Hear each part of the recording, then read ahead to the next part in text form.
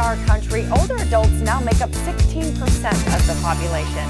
And a new report from the John A. Hartford Foundation and WebMD finds that there's a lot of misinformation when it comes to the care of older adults. And as we age, should we expect a decline in our quality of life? Terry Fulmer has something to say about it. She's the president of the John A. Hartford Foundation. She joins us this morning from New York City. Good morning, Terry. Good morning, JJ. Thanks for having me. Absolutely. Let's talk about this study and the perception. Is there a perception out there that your quality of life will decline as you age? So our survey really revealed some very disturbing information, and that is we find that people think that depression is normal aging, and it certainly is not. They come to expect that they'll be on multiple medications and that they will have a decline in their mobility.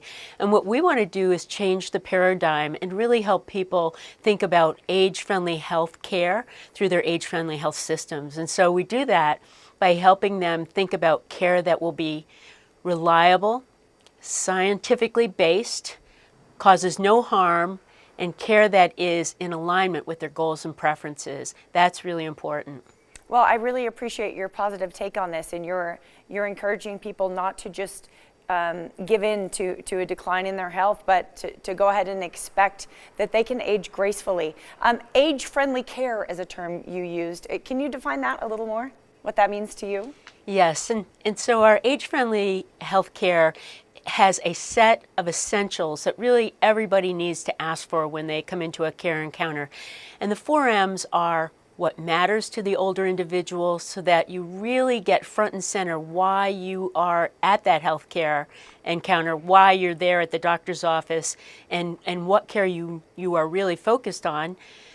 M for mentation, whether or not you're having any cognitive issues that are of concern to you, and that might even be sleeping problems. Medications, asking your care provider whether or not your medications could be causing symptoms and whether they can stop any medications.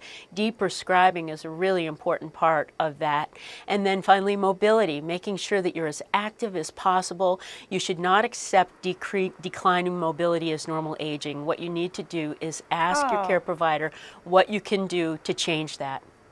That's excellent advice. And as I watch that lady being assisted into the home, I'm reminded that there are many, many caregivers out there for whom these tips are also extremely important. We really want to work with the family caregivers. We know from AARP studies that 40 million caregivers are out there providing very complex care, and they need help and guidance, and they need the language to really make sure that they're getting the most from their doctor's office visit. And so they're there too, helping them focus on what matters: medication, mentation, mobility.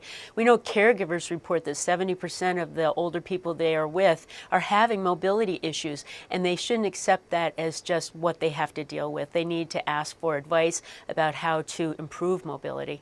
Absolutely. And speaking of mobility, Terry, my next door neighbor had a fall about 10 days ago, and I'm happy to report, though, he has several people helping him, and he's going to PT every day, and he's still feeling a little pain for sure, but he is he's taking an active role in his recovery, so I'm trying to keep him encouraged as well.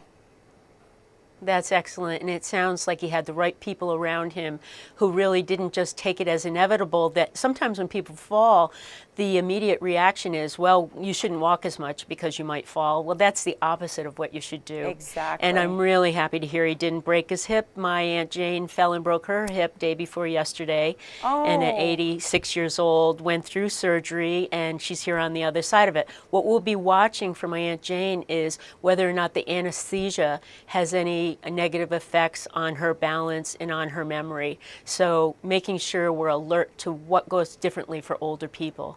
Oh my goodness. Well, all our thoughts here in Las Vegas are with your Aunt Jane, and she's very fortunate to have you caring for her. Thank you so much. Age-friendly care is creating a better quality of life as we move on in years. For more information on just how to do this, visit the website right there on your screen. WebMD is a proud sponsor of the Vegas Morning Blend.